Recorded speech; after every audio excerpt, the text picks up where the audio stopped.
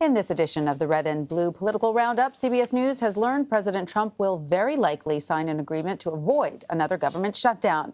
The tentative deal includes more than $1 billion for 55 miles of new barrier at the border. Now, that is far less than the $5.7 billion the president has been demanding.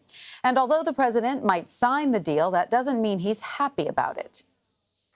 I can tell you that, am I happy at first glance? I just got to see it. The answer is no, I'm not. I'm not happy. But am I happy with where we're going? I'm thrilled. Associated Press White House reporter Jill Colvin is in our Washington bureau and joins me now. Welcome, Jill. What is the latest you're hearing from the White House about the deal reached by congressional negotiations with both parties?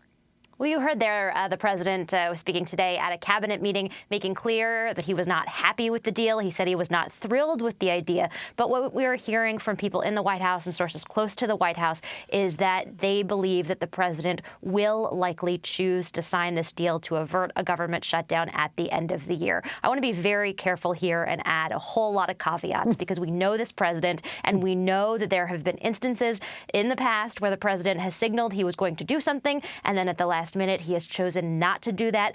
We saw that back in December when the president decided at the last minute not to go along with the deal, creating that 35-day government shutdown. So we've seen this play out before. There are people in the president's ear on both sides who are encouraging him to sign it. People like Sean Hannity, for instance, who reacted very negatively to the idea, calling this deal garbage and saying that no Republican should sign it. So it's still tentative.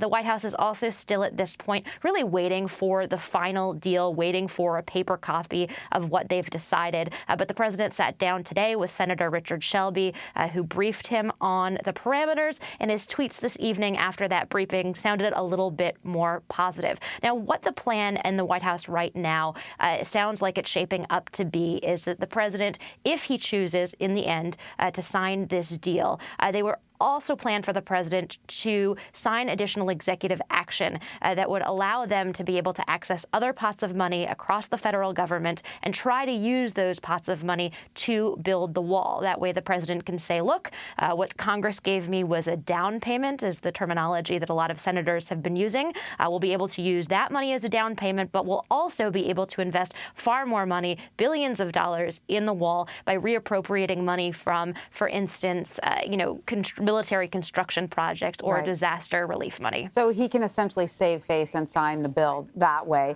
But Jill, remind us how we got to this point. Did the president essentially overplay his hand? Well, it's interesting. The deal that the president could have signed back in December is arguably either very similar or even provides less money, fewer miles of additional fencing than that deal that he could have signed back in December. Between now and then, we had that longest in American history government shutdown. We had hundreds of thousands of federal workers who missed their paychecks. We had Americans across the country who were impacted by the shutdown. And you had a Democratic Party that really felt empowered as a result of that, looking at the polling where the majority of Americans, or more Americans, blamed Republicans and blamed the president for that shutdown than blamed Democrats. That said, we had a situation where Democratic and Republican lawmakers sat down together in a room for several days there and really tried to hash out a deal that had winners and losers on both sides. It was more barrier construction money than many Democrats would want, and less money for border security than a lot of Republicans could want. But you sort of had a rare instance in Washington here, where you had Mitch McConnell and Chuck Schumer, the Democratic leader, both coming out and saying, you know what, this is the deal that we need to avert another government shutdown, and urging the president to sign it. And among, rank and file Republican lawmakers, are they also saying they want the president to support the deal? Is there a concern at the White House, and especially among Republicans, about the political consequences of another potential government shutdown? Yeah, there is very little appetite right now in Washington for another government shutdown. And you hear even from some of the more conservative Republican House members, like Mark Meadows, for instance, who do not approve of this deal, don't intend to vote for this deal, but are still supporting the idea of some type of continuing resolution that would fund the government while negotiations continue. You heard Meadows today basically telling the president that, if he wants to sign it, then he can do that, but expecting that there will be be some type of executive action that will come along with that in order to protect the president so that he's able to stand up there as we're leading up to the heightening of the 2020 election season. You're going to see the president doing lots of campaign rallies. He wants to be able to stand up there and tell his supporters that the wall is being built. And you were at President Trump's rally in El Paso, Texas, Monday night. Let's talk about that for a moment. First of all, how is he trying to sell this agreement to his supporters and dispel criticism from some conservatives who say he's caved and failed to follow through on those promises to build a border wall? Yeah, well, the news of the deal came out basically as the president was in his motorcade on the way to the rally site in El Paso, Texas. And so it was interesting because the president stood up there. There'd been this breaking news in Washington. Everyone was really, waiting to see how the president was going to react, what his first indication was going to be. And then the president got up there and said, you know what? I heard there was a deal. I heard there was progress, but I didn't want to keep my audience waiting, so I didn't bother getting a briefing on what the parameters of the deal actually were.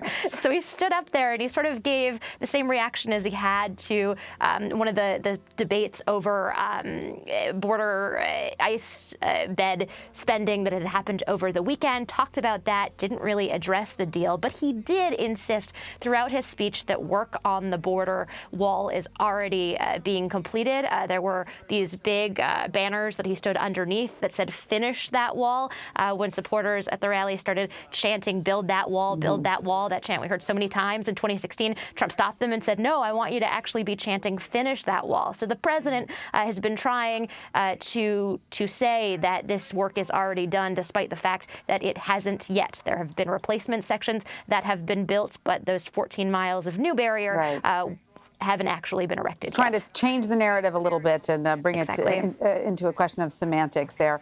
Now, Jill, at that rally, there was also an incident involving an attendee who appeared to shove a BBC cameraman. Did you witness that event? And what is the latest you're hearing from the administration and your colleagues in the White House press corps about this? Yeah, I was there with the travel pool of reporters, and so we were seated in a slightly different section. But we could see that there was, a scuffle that happened right in front of that press pen. And there have been photographs and videos afterwards where we've seen more clearly that it appears as though this attendee tried to start shoving different reporters' equipment, cameras, and got into a scuffle with this BBC cameraman. I have to say that this rally reminded me a little bit more of Trump's 2016 rallies, where we often saw many protesters. We would see violence. We would see the president's security detail sort of roughhousing protesters and just a very tense atmosphere. The president was interrupted, I think, probably about a half dozen times last night. The president also, in this speech, like he very often does, really riled people up with an anti-media section. He often calls the media fake news. There's often a time in his rallies where sort of the whole stadium, the whole auditorium turns to reporters and boos. There was a moment like that last night, and you've heard from the White House Correspondents Association today calling out the president, telling him to make it clearer to his supporters that that kind of behavior is not acceptable. We also saw statements today, both from the Trump campaign and from the White House, denouncing what happened to that BBC reporter. I think everyone is grateful that nobody was more seriously injured with what happened last night. Absolutely. And Jill, President Trump Monday night also said, quote, "We are in the midst of an economic miracle." But Tuesday, we did learn the national debt topped $22 trillion for the first time. It has climbed more than $2 trillion since the president took office. That's more than 10%. Aside from that, there are some sort of troubling economic headwinds. So why isn't he spending a little bit more time talking about that? Well, the president only likes to talk about things that make him, have a positive spin to them.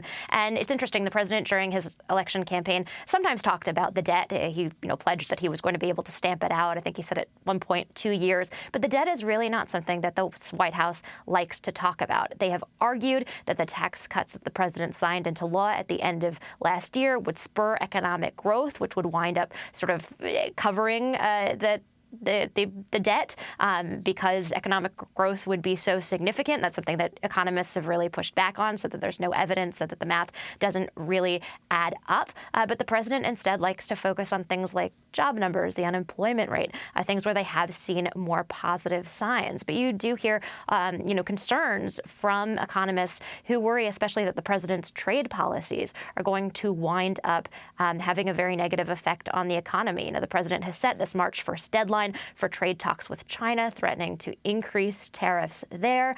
They've still got the U.S.-Canada-Mexico agreement that has yet to be ratified. This is a president who's really shaking up American, economic policy, and a lot of people are concerned that it could wind up catching up with him.